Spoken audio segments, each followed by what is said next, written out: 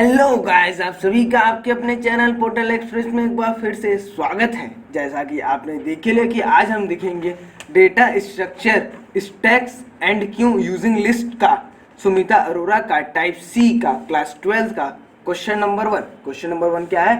Right a program that depend upon user choice either push और pop an element in stock. So guys, इस video में आपको मैं ना स्टैक से रिलेटेड आपको सारी जानकारी देने की पूरी कोशिश करूंगा, यानी कि आपको स्टैक क्लियर हो जाएगा कि स्टैक क्या होता है गाइस। सो गाइस, चलिए बिना टाइम गवाए वीडियो शुरू करते हैं और आज कुछ नया सीख लेते हैं।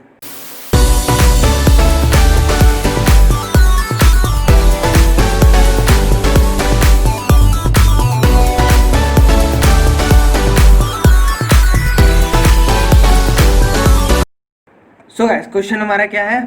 Right a program that depending upon user choice either push और pop an element in stack. तो गाइस, इसका मतलब कहने क्या कि ना हमें सिर्फ एक प्रोग्राम बनाना है जो यूजर की चॉइस पे डिपेंड होगी ना, वो ना पुश करना चाहता है या पॉप करना चाहता है। इस दोनों का मतलब मैं बता देता हूँ। पुश मतलब होता है कि ना आप ना जब ना स्टैक या कह लीजिए उसको लिस्ट कर लीजिए, राइट। जब लिस्ट में आप ना जब एलिमेंट अगर आप डालते हैं, मतलब उसमें ना जब आप इनपुट करते हैं तो ना उसको हम कहते हैं पुश, और पॉप मतलब उसमें से डिलीट करते हैं। जब उसमें से आप गायब करते हैं तो हम ना कहते हैं उसको पॉप। सो गाइस, पहले मैं आपको स्टैक बता देना चाहता हूँ स्टैक क्या होता है, तो इसी इनमें से आपको अच्छी तरह समझ में आ जाएगा। तो सबसे पहले मैं गाइस स्टैक ना एक समझ लीजिए, आपको बुक वगैरह में एग्जांपल दिखाएंगे कि प्लेट्स रखी हुई हैं तो इसको स्टैक कहते हैं। तो स्टैक मतलब क्या होता है, उस फिगर से आपको ये समझना चाहिए कि जो एलिमेंट सबसे आप पहले ऐड करते हैं। मैं नेक्स्ट इमेज दिखा देता हूँ। देखिए, मान लीजिए हमारा स्टैक है, राइट, एम्प्टी स्टैक देखिए लिखा है। फिर इसमें एक एलिमेंट पुश हुआ, राइट। फिर सेकंड एलिमेंट पुश हुआ। फिर ना जब आप ना उसको डिलीट करेंगे तो आप ना कौन से एलिमेंट को डिलीट, हमेशा तो जब आप ना पुश करेंगे तो हमेशा ना लाइन वाइज करते जाएंगे, राइट। ऐसा तो नहीं करेंगे कि पहले 1 को कर दिए उसके बाद उल्टा फुल्टा, ऐसे तो नहीं कर सकते। आप कैसे पुश करेंगे? पहले सबसे पहले एलिमेंट को, फिर सेकंड एलिमेंट को, फिर तीसरे एलिमेंट को, राइट। ऐसे ही आपको जितना पुश करना है आप पुश कर देंगे, राइट।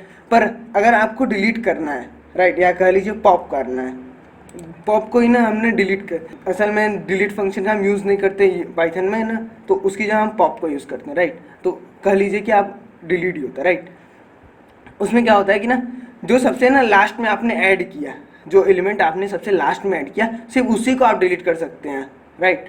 ऐसा नहीं कि आप सबसे पहला एलिमेंट यूज डिलीट कर दिया, नहीं तो लिस्ट में कहीं बीच का कोई भी इंडेक्स नंबर का ना आप ना डिलीट नहीं कर सकते। कोई भी नंबर है, कोई भी एलिमेंट, राइट। सिर्फ आप सबसे लास्ट वाला अगर आपको डिलीट करना है तो सबसे लास्ट वाला डिलीट करना है। मान लीजिए आप बहुत ढेर सारा डेटा एक लिस्ट में इनपुट करिए, ढेर सारे एलिमेंट इनपुट कर दिए, अब आपको सबसे पहला एलिमेंट डिलीट करना है, तो आपको क्या क्या करना होगा कि सबसे लास्ट हमको आपको डिलीट करते आना है। सबसे पहले सबसे लास्ट, उसके बाद उसे ऐसे कर करके सबसे पहले वाले को तब डिलीट करना है, राइट। ऐसे आपको ना डिलीट करना है, इसको कहते हैं स्टैक। सो गाइस, स्टैक एक बार और बता देना चाहिए, स्टैक एक तरह का लिस्ट ही होता है। बस आपको ना ये रूल्स का ध्यान रखना होता है कि स्टैक क्या होता है, राइट। तो इसका चलिए प्रोग्राम देख लेते हैं। तो आंसर हमारा ये है, मैंने एक स्टैक नाम का एक वेरिएबल डिफाइन कर लिया जिसमें एक लिस्ट है। मैंने आपको बताया था कि स्टैक एक लिस्ट ही होता है। फिर वाइल ट्रू लिया। वाइल ट्रू क्यों लिया? क्योंकि पूछा है कि बोला है कि यूज़र की चॉइस पे डिपेंड करना चाहिए कि पुश करना चाहता है या पॉप करना चाहता है। बार बार यूज़र मतलब करेगा, राइट, तभी नहीं हो पाएगा। सबसे पहले मैंने एक ना कॉम नाम का ना वेरिएबल ले लिया, राइट, जो ना यूज़र से पूछा कि ना आप ना क्या करना चाहते हो, इंटर पुश और पॉप, कि ना आप पुश करना चाहते हो पॉप करना चाहते हो, राइट। फिर उसके बाद मैं लिखा हूँ if com is equal to push, फिर और com is equal to capital में पी, फिर उसके बाद पुश। दोनों प्रोबेबिलिटी है तो इसलिए मैंने लिख दिया है, आपको कोई ज़रूरत नहीं है। फिर उसके बाद मैंने क्या किया, एक नंबर इनपुट किया। जब पुश करेंगे तो भाई यूज़र को एक नंबर इनपुट करना पड़ेगा ना, तो इसलिए मैंने एक नम नाम का वेरिएबल में एक इंटीजर इनपुट करा, राइट। जरूरी नहीं है कि आप नंबर इनपुट कराएं, आप कुछ कोई डेटा भी इनपुट करा सकते हैं, पर आपके सिलेबस में नंबर्स दिए हैं तो इसलिए हम भी नंबर से लेके चलेंगे, राइट। फिर मैंने लिख दिया स्टैक डॉट अपेंड। स्टैक क्या होता है? जो आप लिस्ट लेंगे यहाँ पे जो भी वेरिएबल लेंगे उसका नाम यहाँ लिखेंगे। अपेंड मतलब जानते हैं कि उसके बाद आप बढ़ाने के लिए लिस्ट में ना जो वैल्यू इंसर्ट करने के लिए आप अपेंड फंक्शन का यूज़ करते हैं। आप इंसर्ट फंक्शन का भी यूज़ कर सकते हैं, पर इंसर्ट का इधर नहीं यूज़ कर रहा है, इधर अपेंड का यूज़ करना है। इंसर्ट से आपको ना इंडेक्स नंबर भी देना होता है, पर ना हमें इंडेक्स नंबर नहीं देना, हमें अपेंड करके सबसे लास्ट में ही प्लस कराना है, यानी कि इंसर्ट करना, राइट। तो इसलिए हम यहाँ पे अपेंड फंक्शन का यूज़ करेंगे। फिर अपेंड के अंदर पैरेंथेसिस ब्रैकेट के अंदर आप ना वेरिएबल का नेम लिख देंगे जो आपको डेटा इनपुट कराना है, इंटर कराना है, राइट। फिर उसके बाद मैंने देखिए ना, मान लीजिए अब डेटा यूज़र ने इनपुट कर दिया, ठीक। उसके बाद ना देखिए एलिफ, अगर लेन ऑफ स्टैक, राइट, मान लीजिए बार बार वो ना डिलीट कर रहे हैं, यानी तो सबसे पहले ही बार आके ना जो यूज़र था वो आते ही मतलब प्रोग्राम रन होते ही कुछ डेटा इनपुट नहीं किया स्टैक में, सीधा डायरेक्ट ना पॉप कर दिया। तो पॉप कर दिया तो क्या होगा कि अंडरफ्लो आ जाना चाहिए, प्रिंट आ जाना चाहिए, नहीं तो हमारा एरर आ जाएगा। तो एरर से बचने के लिए हम यहाँ लिख देते हैं अंडरफ्लो, कि यूज़र समझ जाए कि भाई देखो इस समय स्टैक में कोई ना डेटा नहीं है, यानी कर लीजिए एलिमेंट नहीं है, राइट। फिर उसके बाद देखिए मैंने क्या किया, अगर यूज़र पॉप लिखता है तो ना हमारा स्टैक डॉट पॉप हो जाना चाहिए। तो स्टैक डॉट पॉप से क्या होगा कि एलिमेंट सबसे जो लास्ट वाला हम जो रहेगा एलिमेंट वो डिलीट हो जाएगा, राइट। जैसा कि मैंने आपको इस फिगर में दिखाया था, देखिए जो सबसे लास्ट एलिमेंट यहाँ पे क्या है, 2 है, राइट। तो इसलिए देखिए यहाँ पे 2 डिलीट हुआ, राइट। सो गाइस, अब उम्मीद करता हूँ समझ में आ गया। फिर उसके बाद मैंने यूजर से इनपुट करा दिया कि आप और भी डेटा इनपुट करना चाहते हैं कि नहीं, तो यस नाम के एक वेरिएबल में स्टोर करा लिया। फिर if yes is equal to no और yes is equal to no small में, तब प्रिंट हो जाना चाहिए थैंक यू, फिर ब्रेक हो जानी चाहिए फंक्शन, राइट। जो वाइल ट्रू का जो लूप है वो ना ब्रेक हो जाना चाहिए, राइट। तो चलिए इसको रन करा के दिखा देता हूँ आपको। तो सबसे पहले बोला है कि ना पुश करना चाहते हैं कि पॉप, जो चलिए हम पुश कर लेते हैं।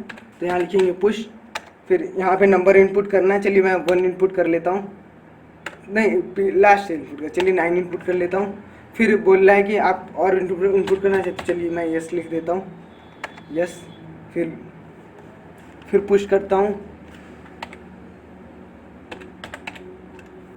पुश 8 कर लेता हूँ, चलिए 7 कर लेता हूँ,